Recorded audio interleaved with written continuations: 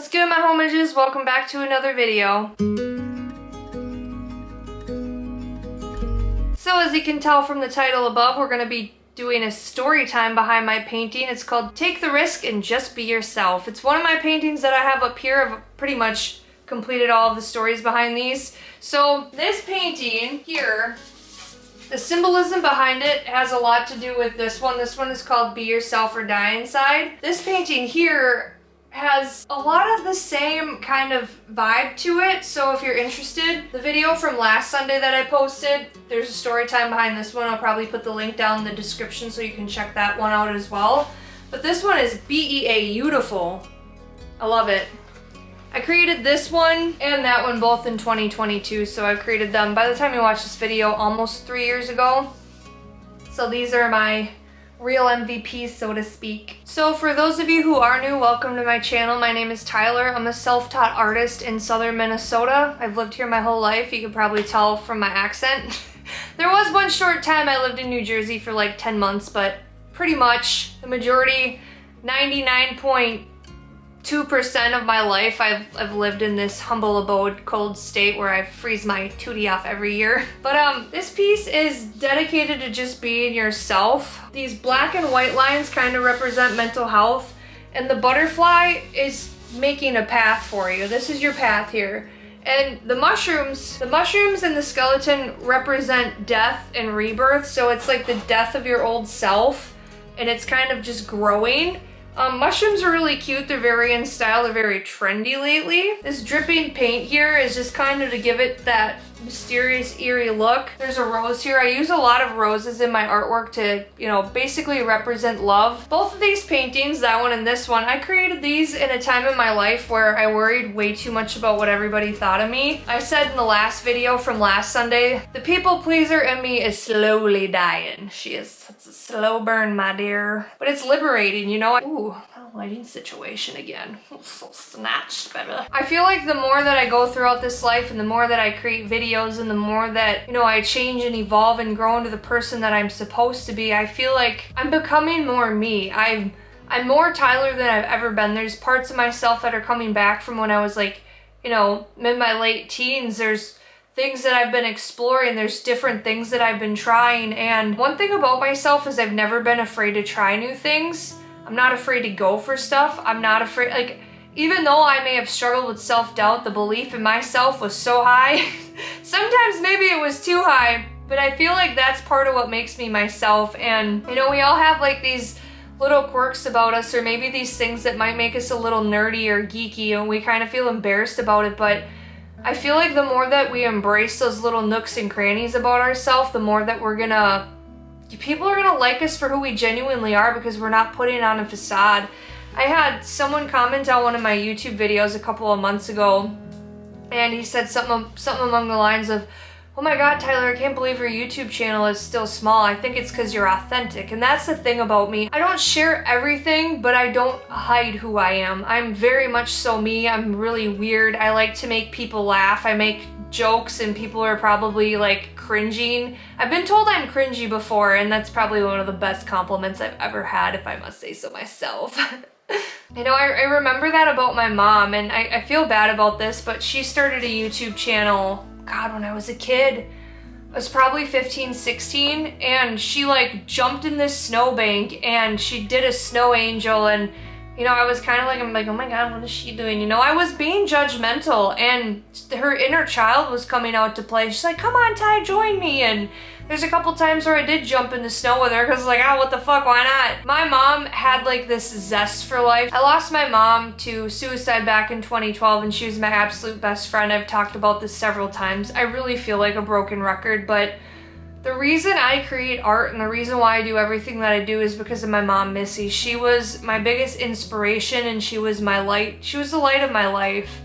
And I've never loved anyone so much in my entire life. She just, I don't know, I was doing a meditation last night. I was thinking about her, and I had this flashback of me walking in the front door from, you know, after I got off the school bus, and every single time, it didn't matter how bad she was struggling, she had the biggest smile on her face. She was like, hi, Ty, or hey, Dolly. And she had this warmth and this unconditional all-encompassing love about her. I have never met anybody in my life that has loved me genuinely for who I am, through the good, the bad, the ugly. It didn't matter what I said, what I did.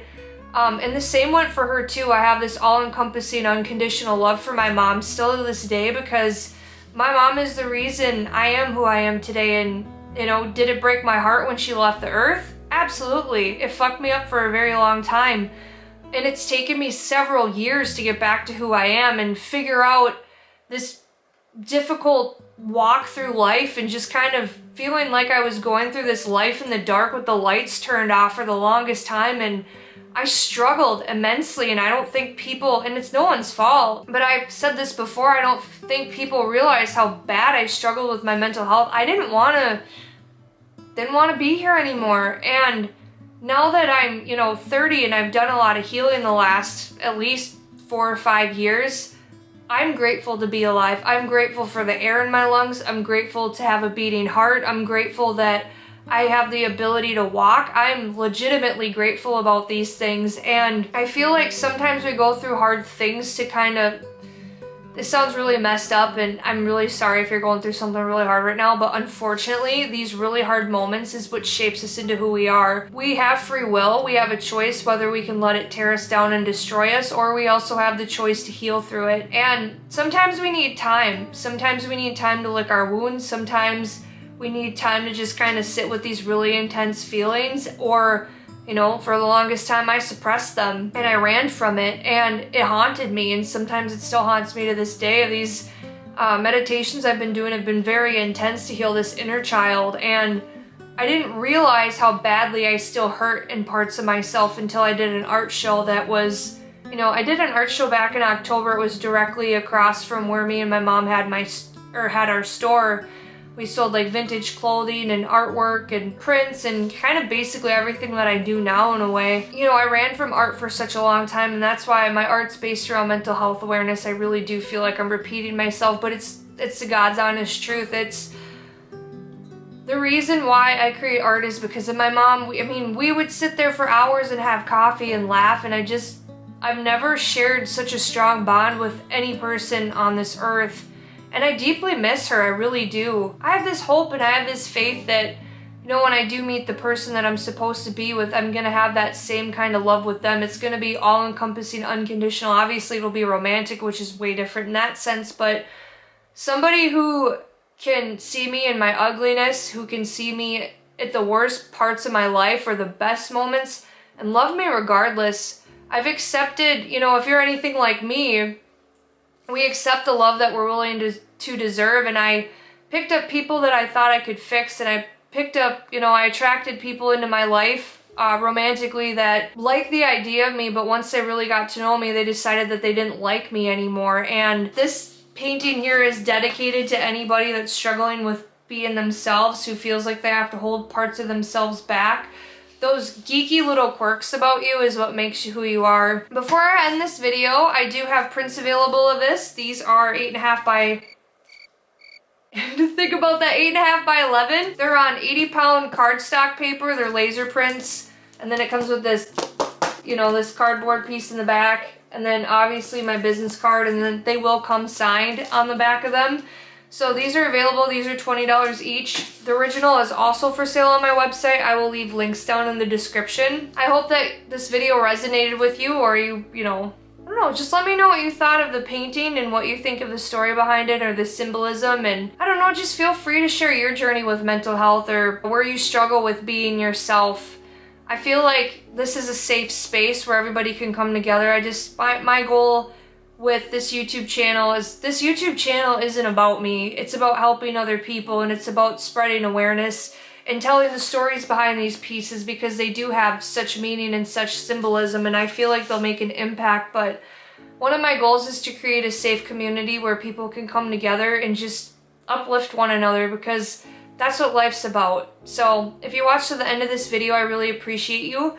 My website is www.rockandbakken.com. There will be a link in the description below. And until next time, my homages, peace out.